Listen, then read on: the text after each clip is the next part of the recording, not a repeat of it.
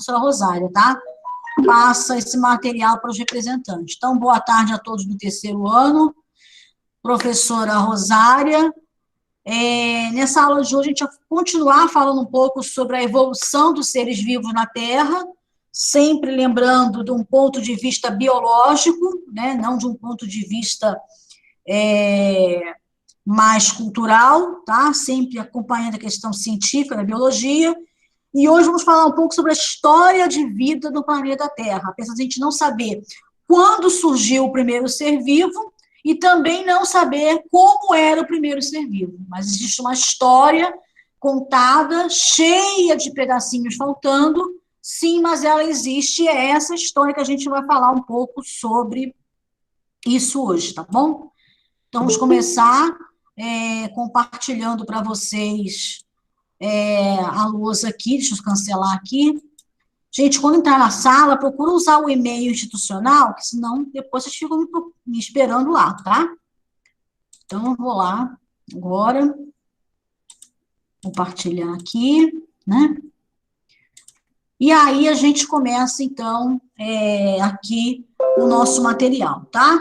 Então, como eu falei para vocês, nós estamos no terceiro bimestre, a apostila volume 2, terceira série, página 52 do caderno do aluno, tá bom? Bom, o conteúdo da aula de hoje é origem da fotossíntese, a explosão de vida no planeta Terra, a conquista do ambiente terrestre, as relações de parentesco entre os seres vivos.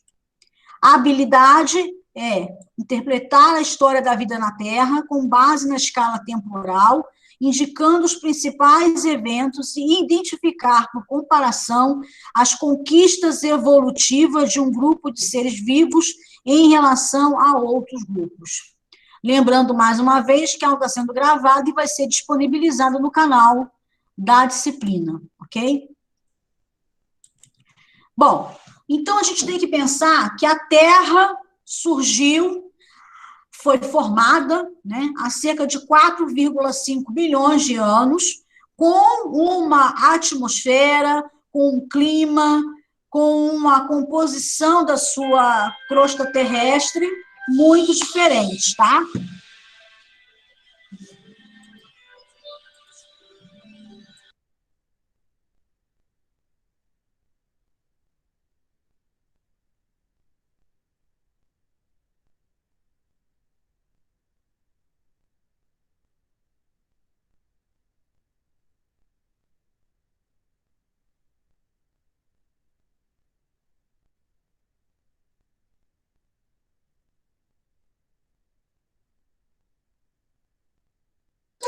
Bom, vamos continuar aqui, né? Continuar aqui a apresentação. Aula ao vivo é isso. Bom, então, tá falando para vocês que a vida no planeta Terra, ela surgiu, né?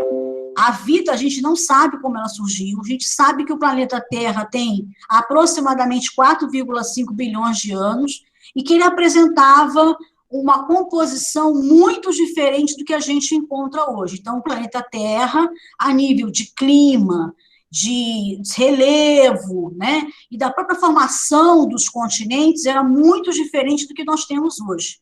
Ao longo do processo de formação, ao longo do tempo e até o momento, o planeta Terra vai sofrendo modificações, e como nós já falamos anteriormente, a vida precisa se adaptar a essas condições.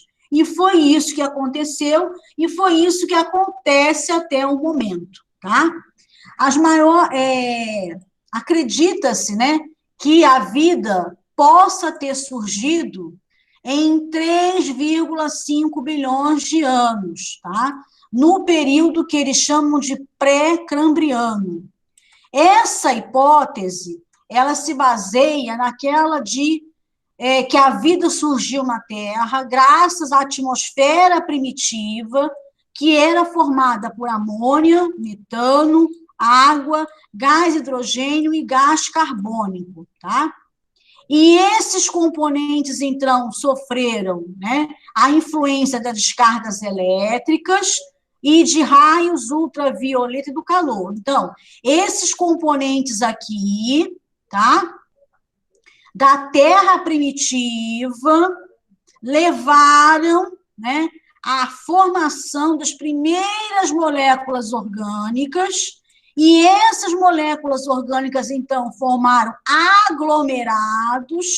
aglomerados proteicos, que, por algum motivo, não se sabe ainda, levou à vida primitiva, né?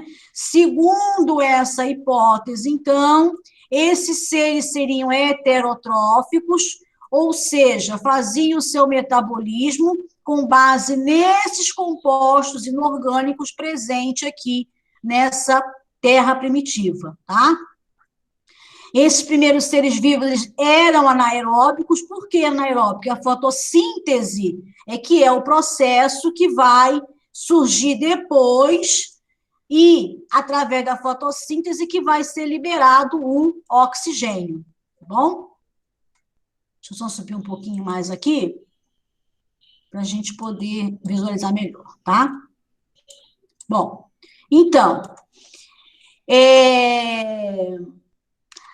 esses seres, então, adquiriram a capacidade de se reproduzir, que é uma das características dos seres vivos, né? Para ser um ser vivo, precisa ter capacidade de reproduzir, mantendo a sua individualidade, quer dizer, se gerar um ser, mas que ele continue existindo, e principalmente o DNA, tá, gente? O DNA, acredita-se que nesse princípio já deveria existir, com algumas controvérsias, porque alguns dizem que poderia ser aí o RNA, tá bom?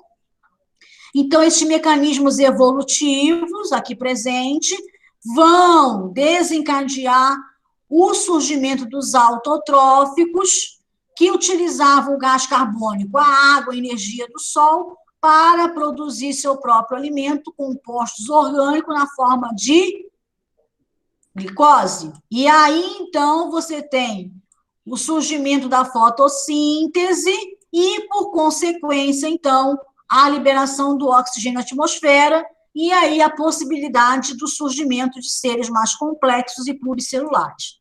Então, resumindo o que nós falamos aqui, uma atmosfera rica nesses compostos aqui, amônia, metano, água, gás hidrogênio e gás carbônico, formando os primeiros compostos orgânicos, que acredita-se ser os aminoácidos. Daí, você tem a formação das proteínas e ácidos nucleicos, né? Ácido nucleico aí, ele exemplificando o DNA ou RNA, teria, então, as primeiras células primitivas com capacidade de formar um organismo primitivo e, daí, organismo mais complexo, principalmente depois do surgimento da fotossíntese, tá?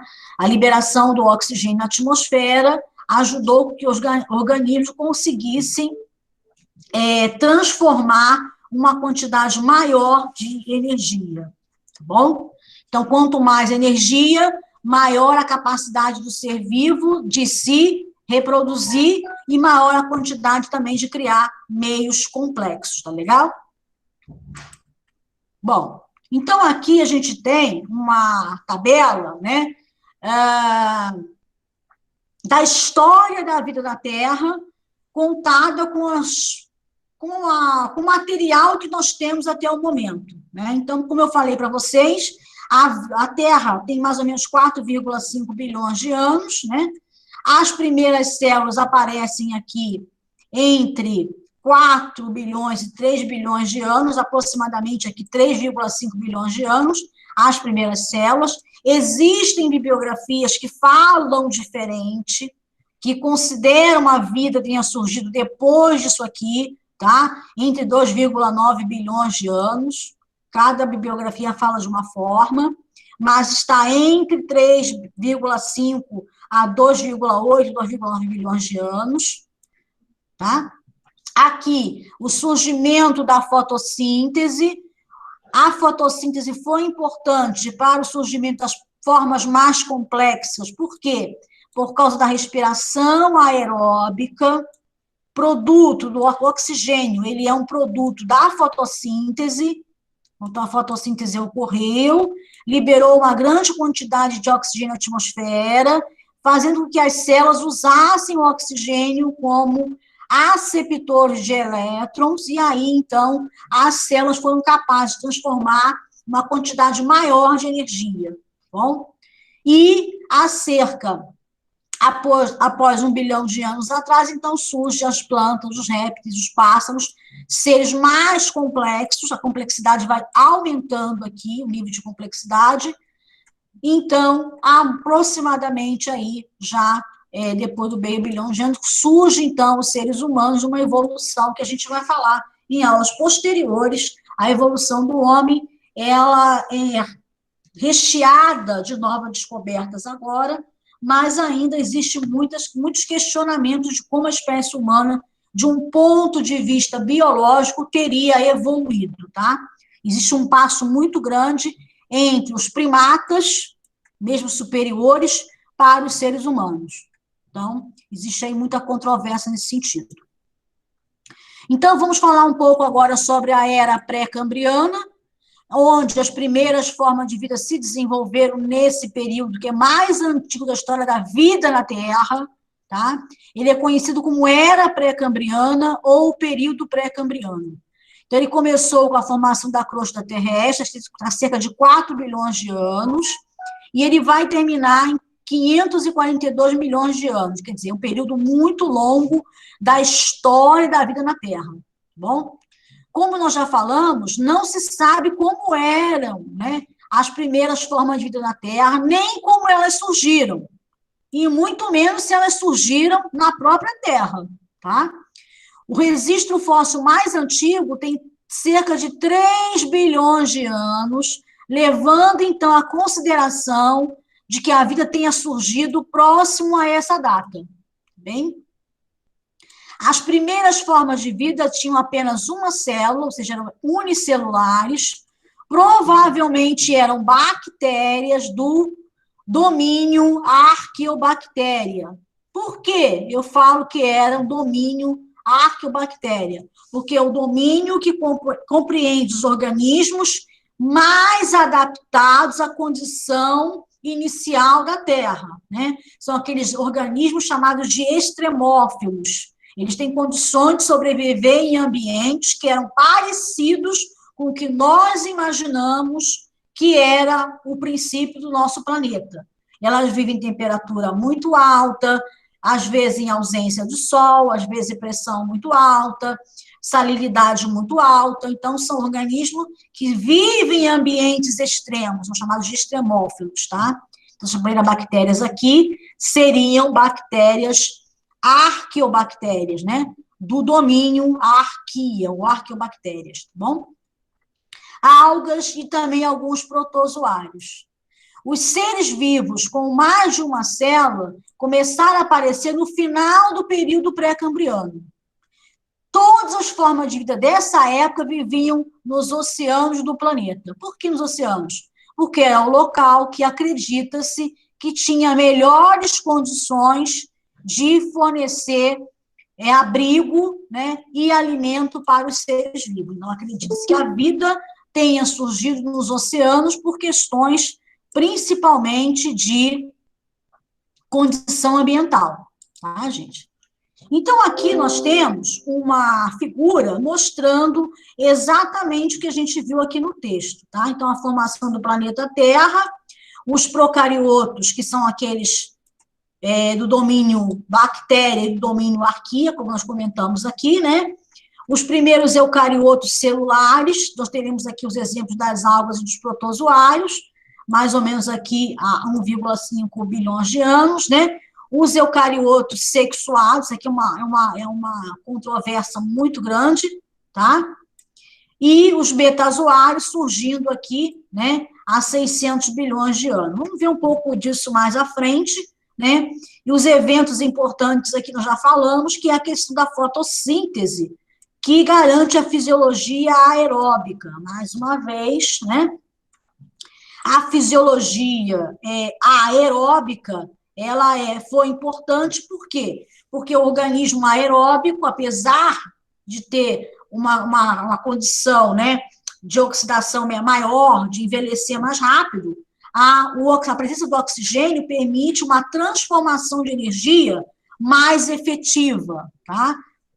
Consegue transformar maior quantidade de energia quando você tem o oxigênio do que comparado na ausência do oxigênio. Quanto mais oxigênio você consegue, quanto mais energia você consegue transferir, maior a capacidade dos organismos serem complexos, porque tem mais energia, né, gente? Quanto mais energia na sua casa, mais aparelhos você pode ligar, não é isso? Mas também o organismo, seres vivos também fazem a mesma coisa, tá bom? O que é anaeróbica?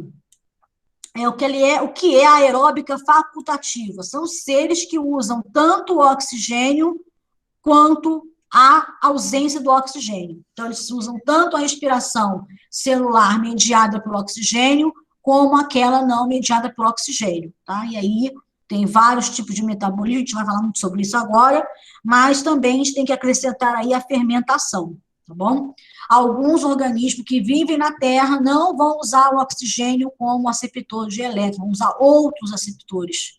E aí a gente volta novamente àquela questão das arqueobactérias no surgimento da vida, tá bom? Bom, aí vem a era paleozoica, né, a era muito famosa, que a gente costuma falar muito dos nossos filmes aí, né? Essa era ela vai durar aproximadamente de 542 milhões até 251 milhões de anos atrás. No início desse período, todos os seres vivos estavam no oceano, mas o que acontece na era paleozoica, muito importante, é a conquista da terra firme, tá? Então, os organismos vão desenvolver várias estruturas que vão permitir que eles conquistem a vida na Terra, tá? Então, a gente tem aqui os animais terrestres anfíbios, que são organismos que começam a ter uma parte da vida dele na Terra e uma parte de vida dele na parte da água ainda, né? Eles têm uma parte na água, uma parte da terra. Tem a primeira conquista das plantas terrestres, vão desenvolver mecanismos para desenvolver na Terra, como a gente já falou, né? E nessa era também, os primeiros seres vivos com conchas. Aqui um famoso fóssil encontrado com muita facilidade são os trilobitas, que são características do Paleozoico, tá? Da era Paleozoica, tá bom? Então, a era Paleozoica ela vai dos 542 a 251 milhões de anos atrás. Depois vem a era Mesozoica, depois a Cenozoica, que é a que nós estamos nesse momento, tá bom? Vamos continuar. A Mesozoica é famosa também pelos dinossauros, né? Então, a era Mesozoica é aquela era que nós já falamos aqui, né, que vai de 251 milhões de anos atrás a aproximadamente 65 milhões de anos atrás, né, final do Cretáceo, tá? E a gente, então, tem nessa era Mesozoica, né, a grande discussão dessa era é a grande era dos dinossauros, que hoje a gente já sabe que tem uma parte dos dinossauros que realmente eram ligados aos répteis, e uma outra parte do dinossauro que, na verdade, são ancestrais das aves. Então, isso já está bem claro para nós em questão de evolução, tá? Então, os dinossauros foram grandes répteis, entre aspas aqui, muitos acreditam hoje que eles já são os descendentes, os antecessores das aves, dominaram a Terra por um longo período, né? Os dinossauros eles tinham uma grande diversidade no planeta, você tinha dinossauros herbívoros, dinossauros carnívoros, dinossauros onívoros.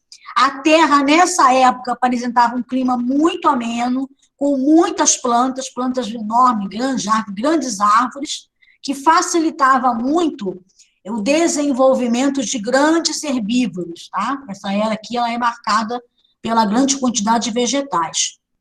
Os primeiros mamíferos vão surgir nessa era mesozoica, mas eles eram animais muito pequenos, parecidos com roedores, e viviam intocados, eram animais noturnos, tá bom? As aves também surgem na mesma época, provavelmente, quase que certeza, descendentes dos dinossauros, bom? Essas aves, elas tinham asas, tinham penas, como as aves modernas, mas elas tinham dentes e garras um pouco parecido com aquele... Você imagina o Tiranossauro Rex com penas, tá? Esse, então, seria as aves que viviam nessa época. O Tiranossauro Rex, para os cientistas, era, na verdade, uma grande galinha, bom?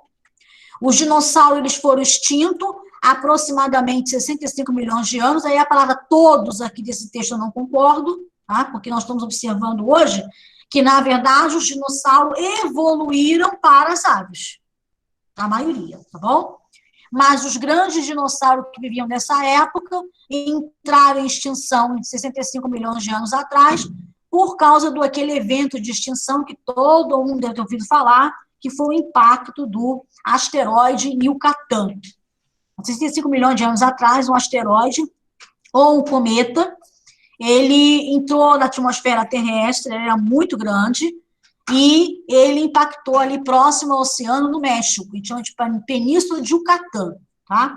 Existem vestígios desse impacto, existe o contorno, né, do impacto do asteroide direitinho, então, também existe vestígios também da rocha, né, do que aconteceu com a rocha com o impacto, e daquele impacto, então, surge uma grande extinção em massa em todo o planeta, por causa do desaparecimento, entre aspas, do Sol, tá? Então, existe, quando um corpo grande como aquele que aconteceu 65 milhões de anos atrás impacta com a Terra, solta na atmosfera uma quantidade enorme de material, não só do asteroide, como também do leito marinho, e também daquela região, aquela região onde ele impactou, na verdade, é uma área, vamos chamar de praia, tá?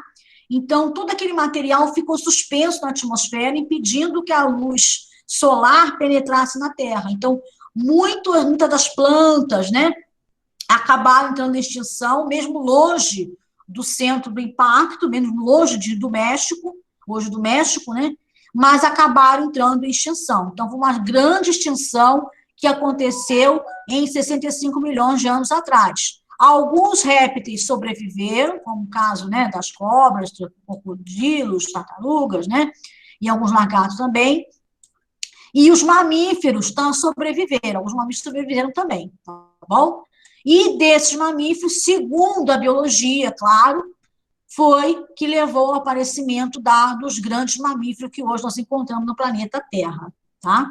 Então, a era mesozoica, ela é compreendida em 3 períodos, né? O período Triássico, o período Jurássico e o período Cretáceo, que é o fim da era do dinossauro, há 65 milhões de anos atrás, quando esse asteroide ou cometa impactou com a Terra, tá? Então, esse período, ele é muito importante, então, da vida do planeta Terra.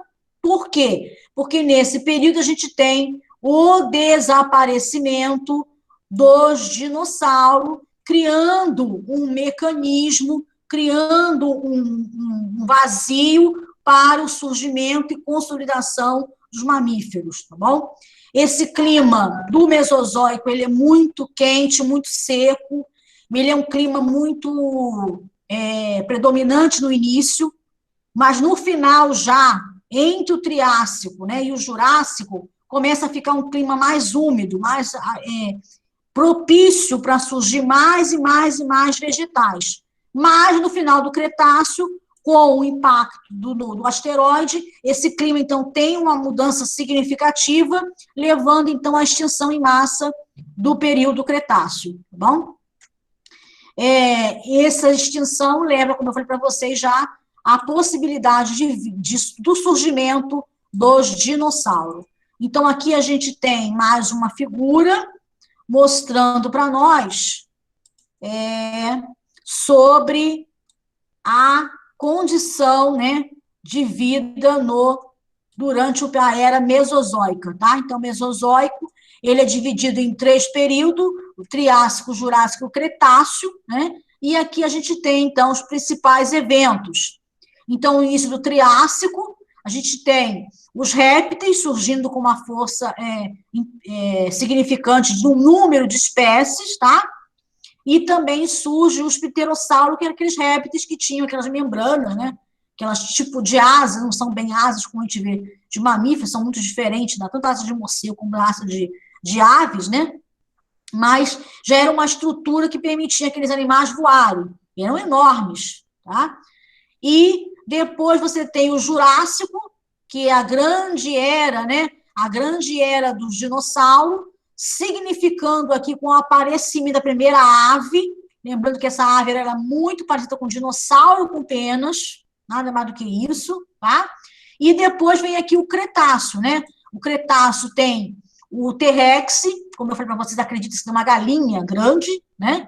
Grandes árvores e o surgimento das angiospermas, plantas que existiram, né? Ao impacto com o meteoro, tá, gente? As angiospermas são aquelas plantas que têm flores, que produzem sementes protegidas por um fruto, né? E, ao final, você tem, então, a grande extinção dos dinossauros, e aí o evento apocalíptico, né, do surgimento do meteoro, tá bom, gente?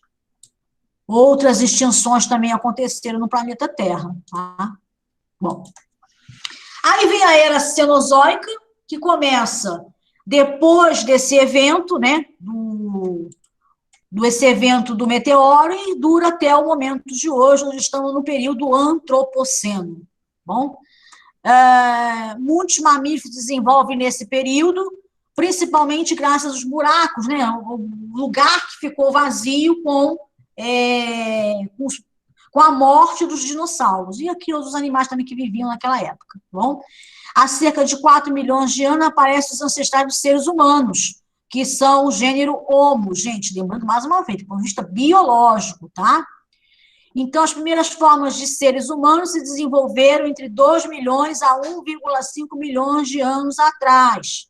Segundo a biologia, o gênero Homo, ou seja, o caminhar ereto, né, ele surgiu graças a uma modificação do clima da África. Então, para a biologia, o homem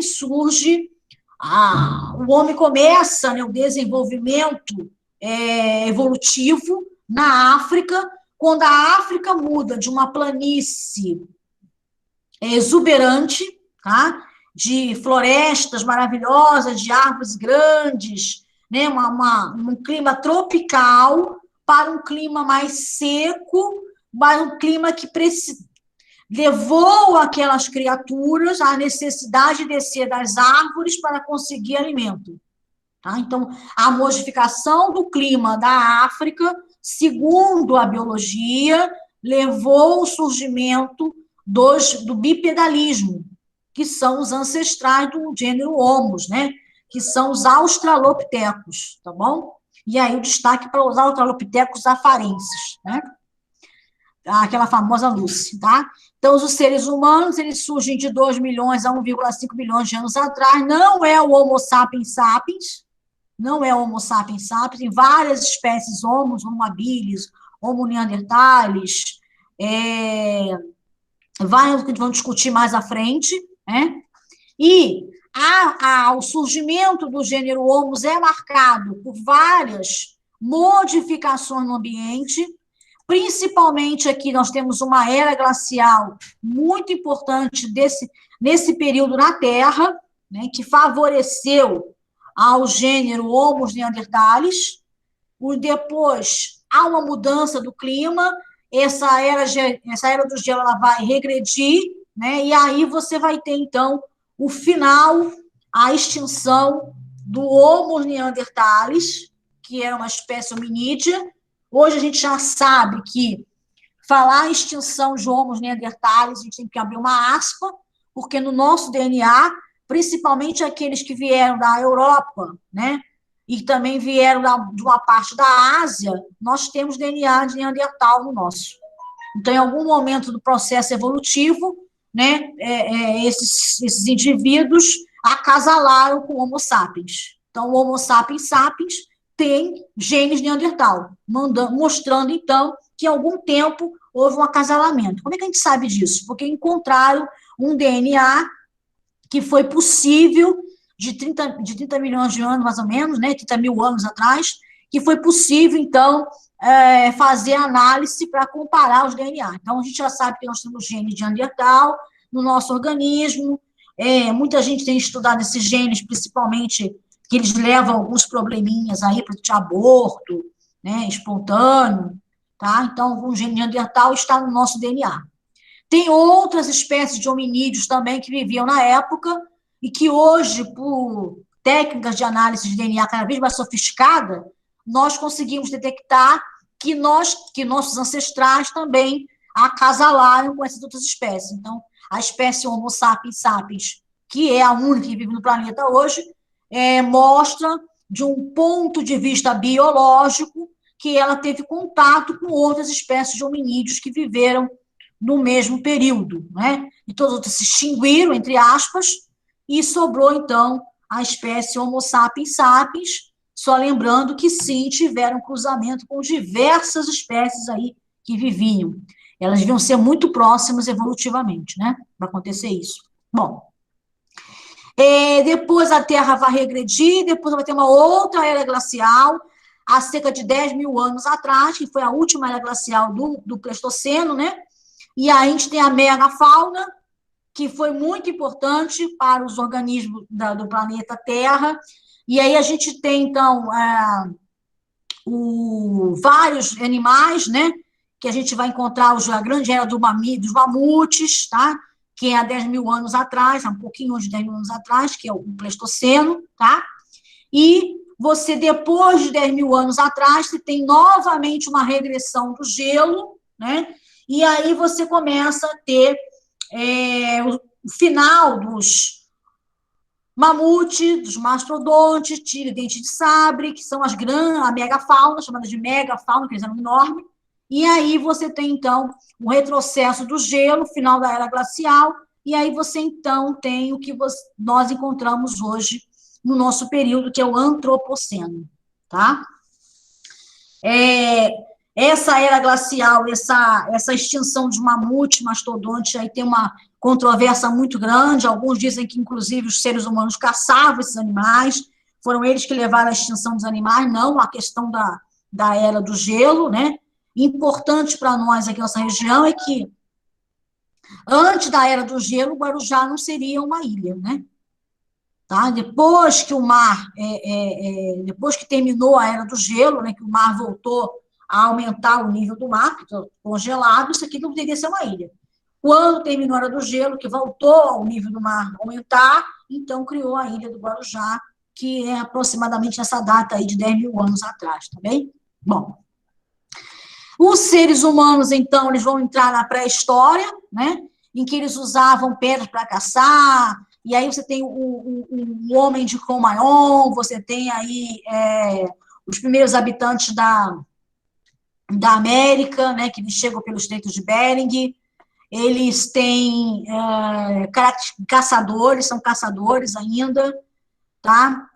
A América vai desenvolvendo civilizações ao longo do tempo, deve ter estudado isso em história já, que a história fala muito sobre essa questão da pré-história, né, da pedra, né? Os primeiros habitantes da América, né, até que a gente tem, então, como era a América do Sul, o Brasil, nessa época, muita coisa tem sido descoberta no Brasil, das etnias, né, que nós temos no Brasil, foram bem analisadas, aquela questão de Luzia, que infelizmente quase se acabou lá no incêndio do Museu Nacional do Rio de Janeiro, mas a gente tem uma controvérsia muito grande dessa questão, porque imagina-se que a América do Sul tenha sido colonizada, assim como a América do Norte também, por as pessoas que vieram da Ásia, passando pelo Estreito de Bering. Tá? Quando se descobriu Luzia, na região ali de Minas Gerais, acharam que a Luzia era um indivíduo de origem africana. E aí tinha um problema, né, gente? Como é que chegou da África para cá com um Atlântico no meio? Problema. E aí a análise posterior do crânio de Luzia, né, depois de muito estudo, quase destruiu o crânio, mas enfim, conseguiu terminar o estudo. Hoje se mostra que Luzia não tem uma descendência africana para alguns cientistas, né?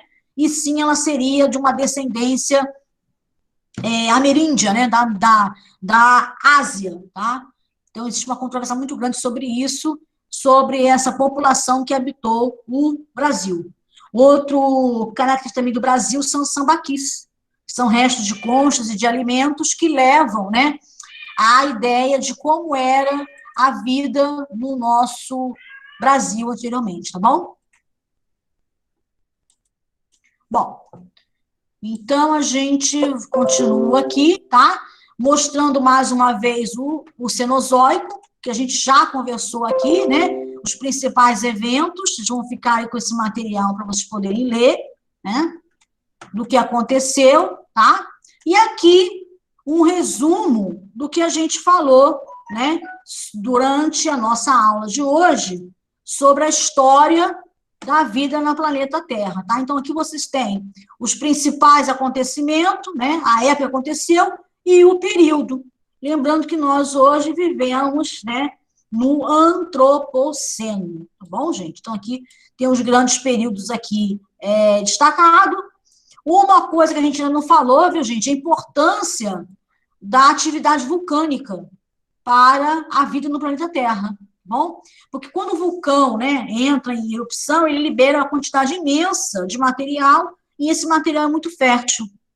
Então, áreas que têm vulcões sempre levaram a áreas de grandes desenvolvimentos de seres vivos, tá? Então, aqui você tem aqui, ó, na época do dinossauro, você tem um intenso vulcanismo aqui no Cretáceo, que também levou a quantidade significante de extinção.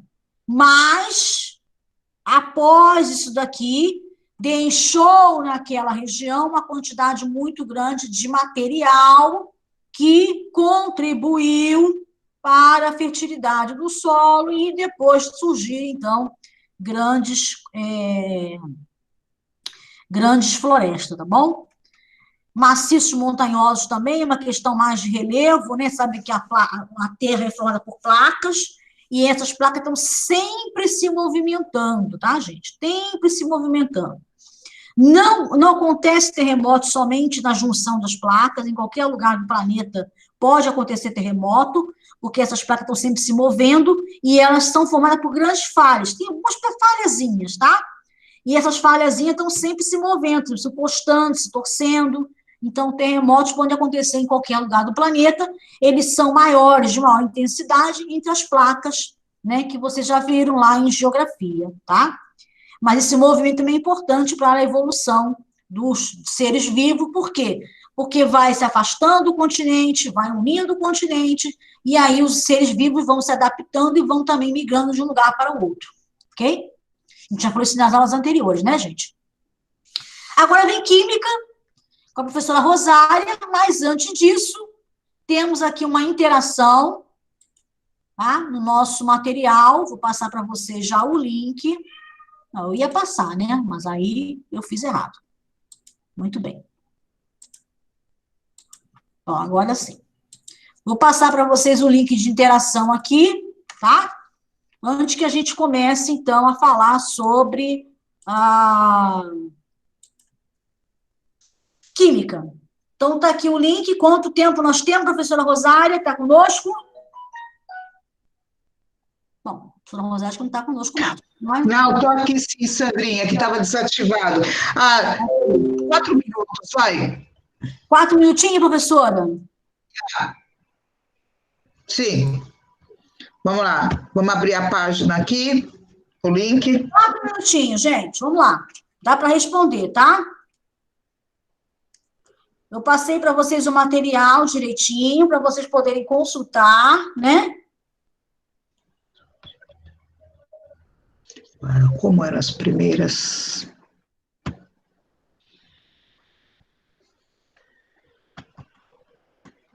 Vamos lá.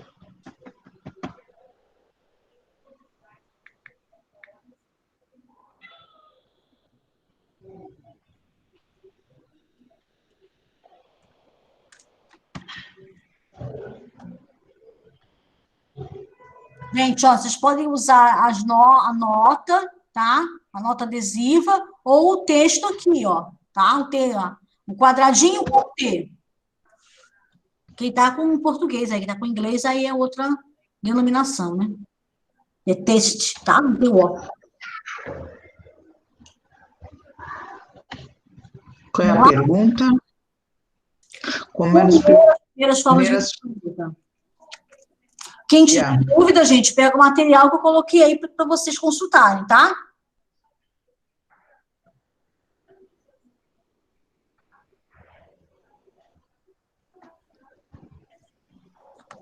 Graziele entrou também.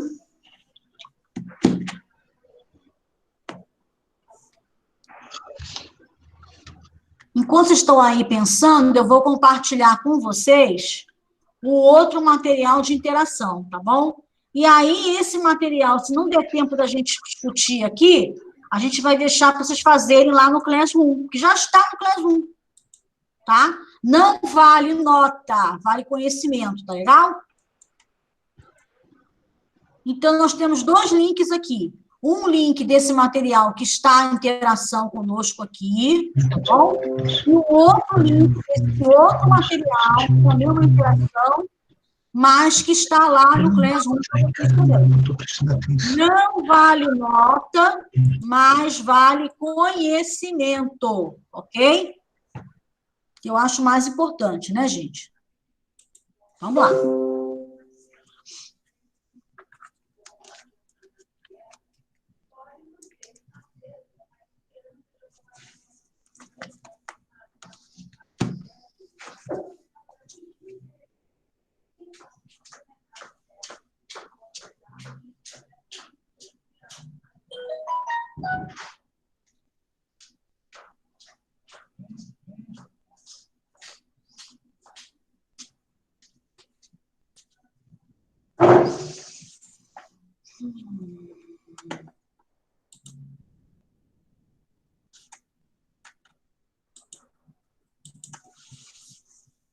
Muito bem. Seres unicelulares.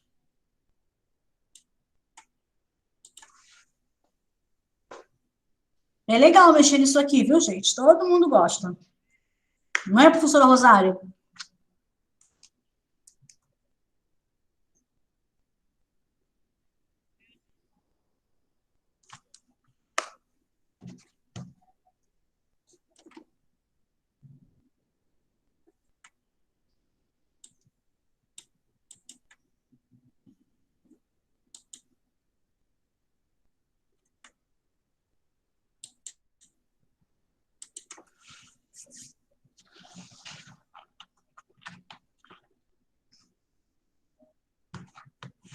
Vamos lá, gente? Mais alguém participando? Estão se acertando aí? Isso, muito bem. Olha só. Ótima resposta aqui da Graziele. Muito bom. Vou colocar mais para cá um pouquinho, tá? Para a gente poder organizar melhor aqui. Isso que é bom mexer com lousa digital, né? Que você vai organizando, vai arrumando aqui as respostas, bonitinhos, ó. Pode aumentar um pouquinho aqui para poder dar para enxergar, né? Muito bom. Isso. Mais alguém para contribuir com a nossa resposta?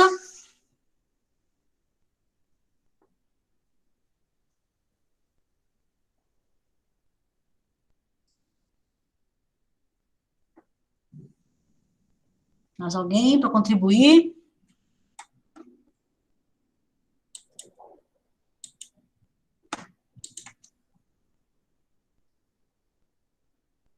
Estouramos o tempo aí, professora Rosária? Professora Rosária? Isso, Amanda, isso mesmo. Oi. Tá? Estourou. Tá certo, viu, Amanda? Tá certinho, tá bom?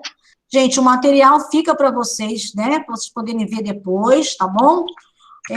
Lá no Classroom, você vai encontrar aquele link daquele outro aplicativo de interação, tá bom? Não vale nota, gente, mas vai lá, dá uma olhadinha, participa, tá bom? Porque o material é legal para vocês poderem conhecer, né? Vocês sabem que o ensino híbrido veio para ficar, tá? Todo mundo que é da educação já falou isso bem claro, que o ensino híbrido vai ficar. Bom, professora Rosária. Oi. Sandrinha, eu vou te pedir um grande favor aí, eu vou começar aí com as funções orgânicas, né? E só que essa parte aí que olha lá, funções orgânicas, a parte da química a gente vai falar sobre funções orgânicas e isomeria. Eu coloquei isomeria aí, mas isomeria vai ficar para a próxima aula. Eu vou falar sobre funções orgânicas. Só que essa daí que, por favor, passa para a próxima. Vamos só falar das habilidades aqui, professora. Ok. Então, o Tá, conteúdo de hoje é funções orgânicas, a habilidade é explicar formas fórmulas estruturais do carbonetos a partir de sua nomenclatura e vice-versa. Tá bom? Isso. Então, o Pronto. que vai acontecer aqui?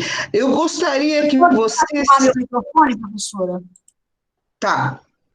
Eu gostaria, Sandra, que você tentasse achar as outras funções não oxigenadas, tá? Porque aí só está as oxigenadas. O que são funções oxigenadas? Aquelas funções que tem oxigênio no meio, tá? Então, a primeira que a gente viu que não é oxigenada, ela é um hidrocarboneto, né? Que eu falei logo no começo, lá no comecinho do ano, quando a gente estava na escola, que os hidrocarbonetos, eles são compostos por hidrogênio e carbono, somente por hidrogênios e carbonos.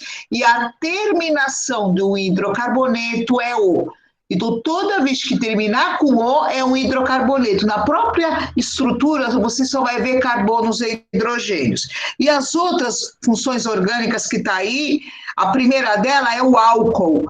E depois, Sandra, será que você consegue achar as outras funções que não sejam com oxigênio?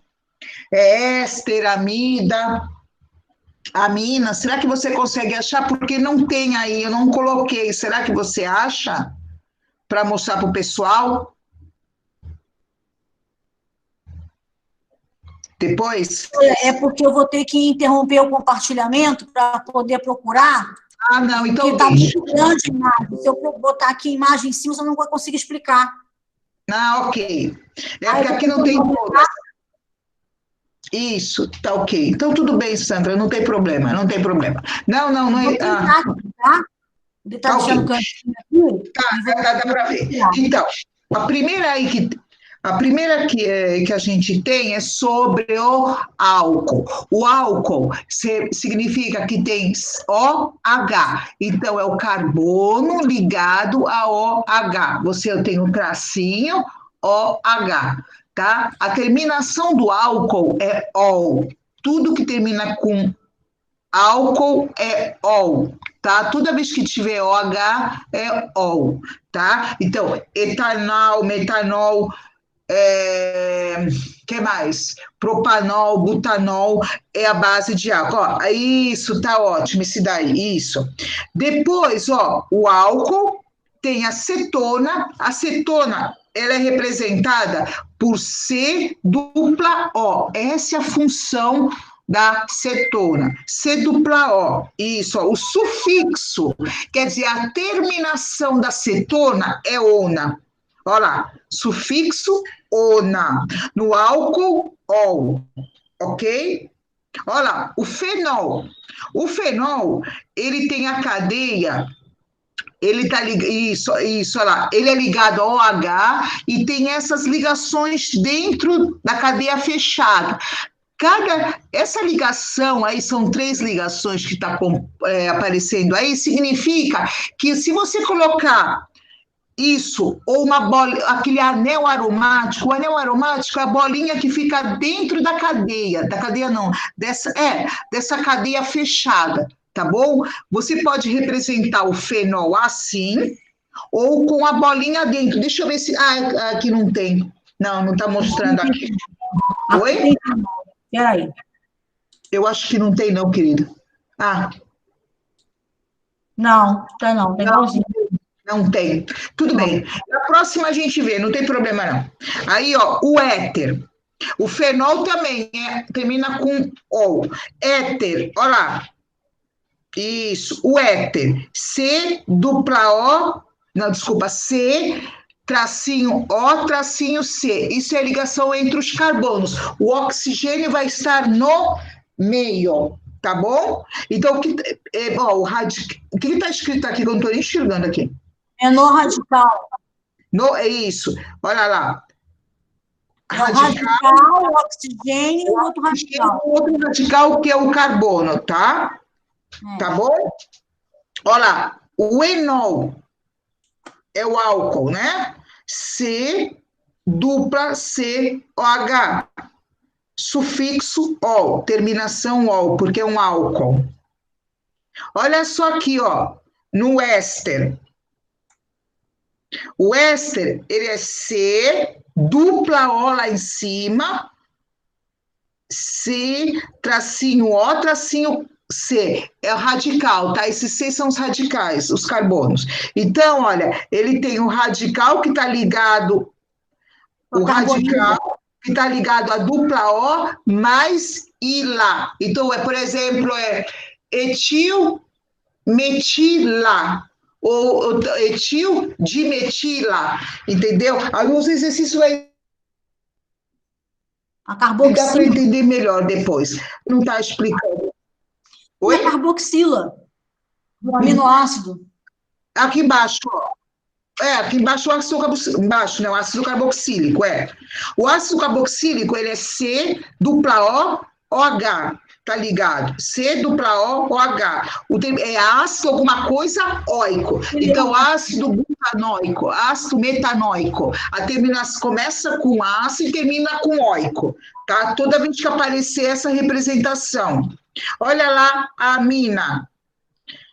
A amina tem os radicais, tá? A amina, ela pode ser uma amina primária, que ela pode estar representada ligada só a um radical, tá? Então vai ficar o radical, tracinho NH2, porque o nitrogênio está ligado, tem que estar entre três ligações. Aí, ó, tem a amina secundária, tá? Que ela está, o nitrogênio, tá? Que está ligado entre dois radicais, que é a secundária, e a terciária quando está ligado a três, que é esse caso aqui, tá bom? Então é uma amina.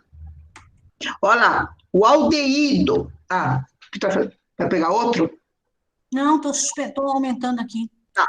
O aldeído, C dupla O H. Esse aqui é a representação dele, a função C dupla O H.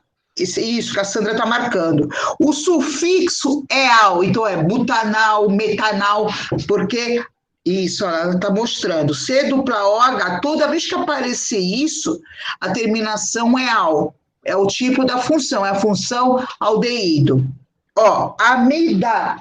A amida, ela está ligada a um radical, tá ok? Traço C dupla O, ele, tá? Aí tem dois radicais aqui, quer dizer, dois carbonos, um embaixo, outro em cima. É amida, ok? Esses são os mais usados. Acetona, que é ona, né? C dupla O, acho que a gente já falou da acetona, né? Já. Falou? Sim. Aqui. Tá em cima. C dupla O, essa terminação ona. Esses são os mais usados, tá bom, gente? Cadê? Eu acho que esse aqui está mais completo. Esse tá. Estão todos aí. Isso. Aí o que tem depois? Tem aquela do é um pouco mais chato. Na próxima, como agora vocês estão carregados, a Sandra também deu bastante informação sobre biologia, vamos só falar sobre essas funções. Na próxima aula fala sobre isomeria, tá? Deixa eu só compartilhar aqui esse desenho. Tá. Tá bom. É que a internet não está ajudando, né? Como é que é? Tá, Deixa eu tentar de novo aqui, se eu consigo compartilhar ela, tá? Ok. Vou tentar outra aqui, peraí. Você pegar mais completinha, pode ser, filho. Eu acho que essa aqui tá melhor. Tá melhor, tá mais completa, isso sim. Sim, isso aqui tá bem melhor. Melhorou, quer por isso. Bem melhorado. Mas bem melhor, bem melhor. dá para enxergar, Sandra? Eu estou tentando aumentar, né? Tá, aqui tem exemplos, tá vendo? Tem o Isso, hidrocarboneto, tem o álcool, o enol, álcool, enol, fenol, o ácido isso. carboxílico, o Olha lá o éter, fenol, olha ali no fenol, Sandrinha. aqui tem Olha a o fenol, mina, tem tá várias vendo o fenol? Ele está invertido, mas se você colocar ele em pé, tá vendo? Tem esse anel, essa bolinha, não é bolinha que a gente chama, tá? Mais fácil para você identificar. É o anel aromático, tá? Ele pode ser substituído por essas 3 ligações que tem aqui. Tá bom? Seria a ligação dupla, 3 duplas, que se reduz no anel benzênico, tá? Ou um ou outro, tá? Ou fenol ou benzenol, é a mesma coisa, tá, gente? Então, toda vez que aparecer isso, ou as ligações dentro, que não esteja o anel, é igual, tá bom? É a função fenol, ok? Esse aqui tá melhor, Sandro, tá bem mais explicado. Tá. Está explicando das aminas, primária, secundárias e terciária, amida, tá tudo aí. Tá bem Vou explicadinho. deixar para vocês aqui, tá, gente? Isso. Aí, o da isomeria a gente vai fazer na próxima aula, é melhor para não confundir muito, tem muita informação.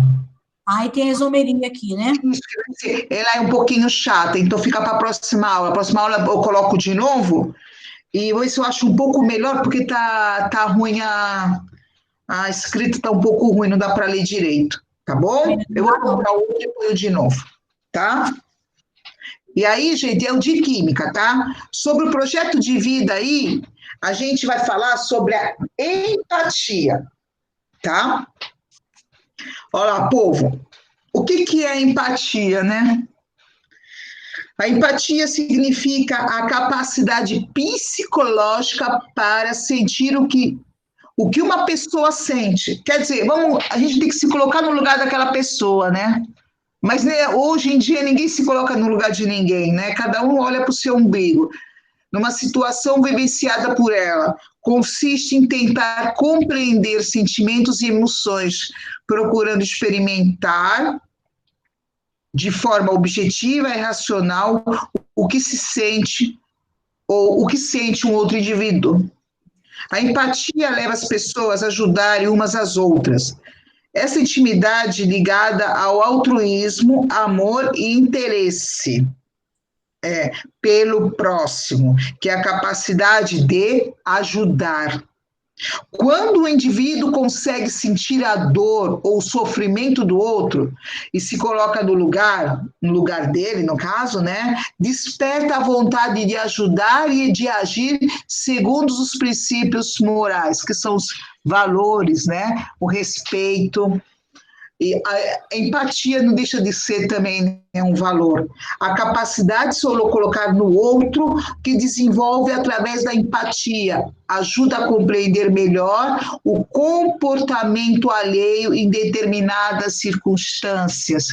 E hoje a empatia está tão fora de moda, né? Se fala tanto de empatia, mas sei lá, está tão diferente. O pessoal hoje não se importa, porque cada um, né? Se importa com o próprio umbigo. É muito difícil hoje, sei lá, eu vejo, tá? Eu vejo isso, as pessoas não se importarem, a pessoa. É complicado ver hoje também o jovem, entre os jovens está acontecendo muito isso. Tá? Vivenciar um cara chegar para você, ó, pô, meu, tu tá indo pro caminho errado, pô, vamos mudar, não é assim, sabe? Vamos conversar. Hoje não, é tão complicado isso, essa empatia, essa vontade de se colocar no lugar do outro, na hora do sofrimento. Pô, poderia estar acontecendo comigo. Se eu não quero para mim, por que eu vou querer com o meu semelhante? Mas isso não, a gente não vê mais hoje, né? Tá muito complicado, entendeu? E eu tenho muito medo disso. O que você acha, Sandra? Eu acho que nós estamos vivendo uma situação em que um se coloca no coletivo, né? Então, a gente está numa pandemia, tá? E sim, ela existe, ela está aí, não, o vírus não é brincadeira, e as pessoas estão esquecendo do outro, né? De pensar no coletivo. Então, a gente conversou sobre isso hoje, em aulas anteriores, Ah, Foi. mas olha só, eu não tenho medo do vírus, eu saio, eu já tive a doença, eu não quero nem saber dos outros. Gente, o que é pensar no coletivo do coronavírus? Quanto mais o vírus circula, mais a possibilidade dele se mutar, mais a possibilidade de surgirem novas versões do vírus. E aí vamos chegar num ponto que vai ter, Deus nos livre, guarde, nos proteja dessa situação, mas a gente vai ter 10, 20 cepas circulando. E aí, que vacina que vai ser suficiente para isso? Não vai ser, tá? Existe até caso de reinfecção, que o pessoal discute muito sobre o negócio de reinfecção, eles acham que seja outras cepas que atingiram a pessoa. Então, a pessoa teve o coronavírus da cepa A, depois teve a cepa B, a cepa C. Quanto mais circula o vírus, maior a possibilidade de ele se mutar. De mutar, é isso aí. Ah, mas eu não estou nem aí, eu sou jovem, eu estou achando, né? Eu sou jovem, eu não tenho nada, para mim está tudo bem, tem muitos jovens que morreram também, tá bom? Mas o outro Assim. tem problema lá, que se dane, quero saber. Então, nós estamos perdendo a sensação de coletivo. E o homem, ele evoluiu, né, para viver em coletividade para proteção. Por que nós não somos seres que vivem sozinhos? Nós evoluímos para viver dentro de comunidade, entre grupos, para que um pudesse proteger o outro. E agora a gente está se achando assim, né, que a gente pode tudo.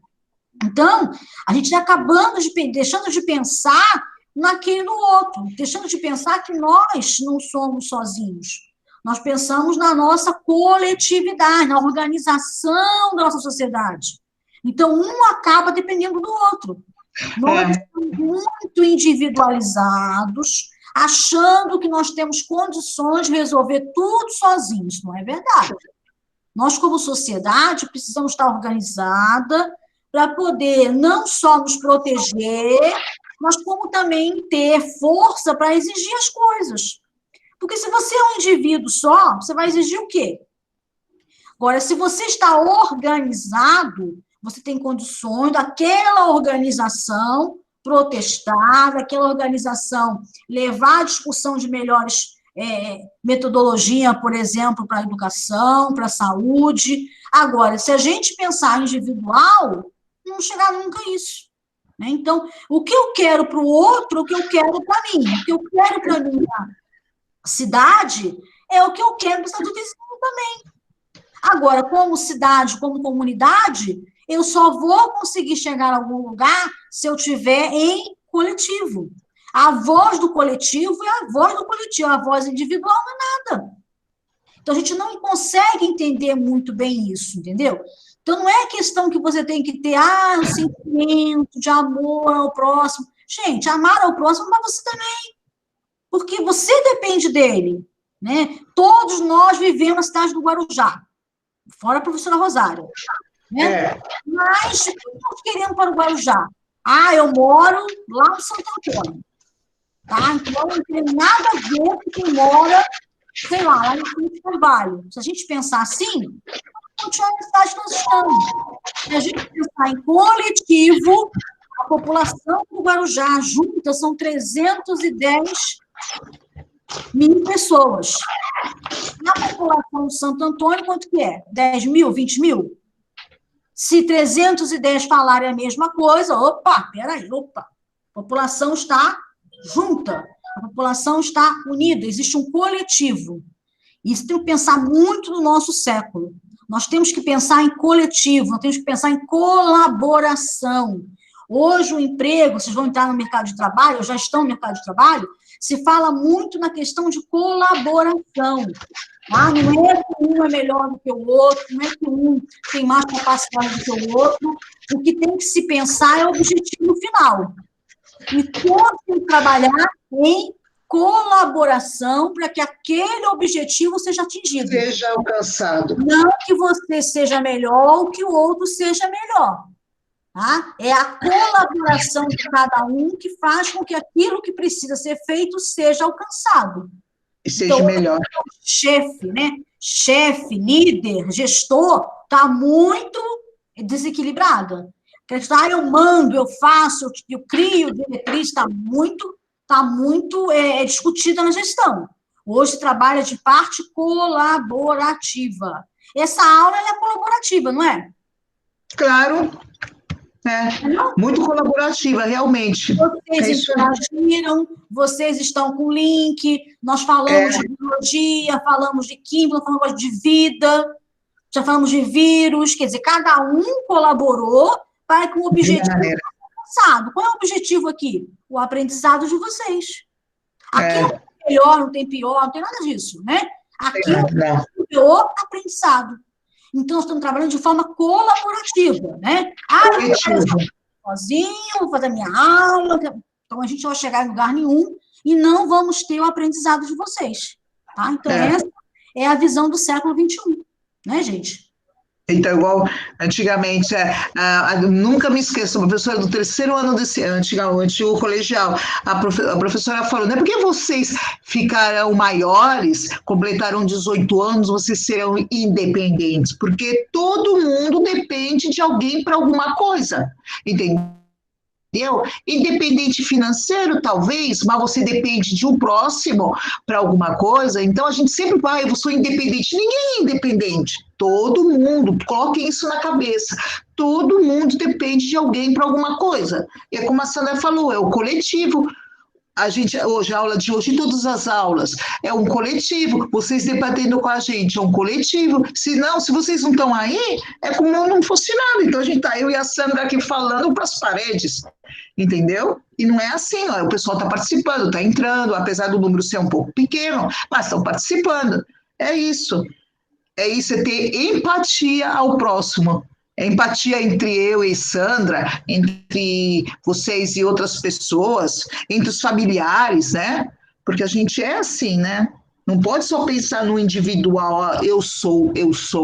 É como a Sandrinha falou, o chefe, né? Um gestor. O gestor depende da gente. Se a gente não se unir, o gestor não é nada. Sim, ele tem o poder, né? Ele tem a capacidade, mas a gente também, apesar de estar abaixo deles, estar submisso a eles, mas se a gente não se unir, a gente não é nada. Ele também não é nada, entendeu? E é bem por aí. É isso aí. Tem que avaliar bem essa questão de ser o chefe, né? Porque hoje o chefe, ele não diretamente dá as ordens, né? Ele coordena a colaboração. Ele gestiona, então, né? A mudança do mercado de trabalho, né? A mudança da visão do gestor, tudo isso já vai contar muito aí na vida de vocês, que vocês vão entrar para o mercado de trabalho, já estão no mercado de trabalho. Então, hoje também com essa pandemia, tem muita questão do trabalho colaborativo à distância, né, que é o chamado home office, que no mundo inteiro funciona muito bem, obrigado, no Brasil está chegando. Existem várias plataformas para isso, trabalho colaborativo mesmo à distância, como nós estamos aqui. Então nós temos que nos adaptar a essa condição, e vocês mais ainda. Por quê? Porque o mundo do trabalho está mudando muito. Está mudando. Não é só as leis que regem, né, a CLT, tá bom? Não é só as leis que regem a contratação, é essa relação de um para o outro, é essa relação de colaboração, essa relação de tolerância, né? O cachorro não está me tolerando o meu, não. Essa relação de tolerância, essa relação de você olhar para o lado do outro como o outro sendo um ser humano também, olhar para o outro como o outro sendo pessoas que precisam também crescer, que precisam também evoluir, que não são pessoas perfeitas para nada, mas que estão ali tentando, né, aprender. Com a sua colaboração, sempre melhorar, sempre aprender, sempre se aperfeiçoar. Então, o mercado hoje, ele não está preocupado somente com a pessoa que tem muito diploma. Eu fiz curso daqui, fiz curso dali, fiz curso daqui, mas eu não sei trabalhar de forma colaborativa, eu não tenho empatia pelas pessoas, eu não tenho tolerância, eu não sou uma pessoa, então, adequada para o mercado de trabalho. Então, o mercado hoje de trabalho... se pensa assim. Hoje se pensa assim, antigamente não. O teu currículo tinha que ter 10, 20 folhas, né, Sandra? Hoje não. Se você não souber lidar com o público, não souber lidar com o teu vizinho aqui, né, de trabalho, Eles E não o teu querem. pessoal também, né? O teu pessoal também. Né? Compreender as emoções suas, compreender a emoção do outro, trabalhar nesse universo complicado, o ser humano é extremamente complicado, né? O homem, o ser humano é complicadíssimo, pior servir para se entender. Mas você tem que trabalhar nessa dinâmica toda, visando um objetivo que está lá, né? Que é a sua meta, mas colaborando para chegar àquela meta, não querendo ser o maior, não querendo se aparecer, né? Lá no Então, isso o mesmo. trabalho está mudando muito, gente. Está cada dia mais competitivo, mas uma competição diferente, viu? Antigamente, a competição é você mostrar que você é o melhor. O melhor como? Você tendo mais capacidade do que o outro por volta de títulos. Você tinha curso de 300 cursos lá, que você te colocava no seu currículo. Hoje em dia, coloca os 300 cursos, tem que saber, tem que ter conhecimento, sim, conhecimento multidisciplinar, sim, mas também saber trabalhar com o outro, tá? E isso não é fácil, viu, gente? O outro é diferente de você.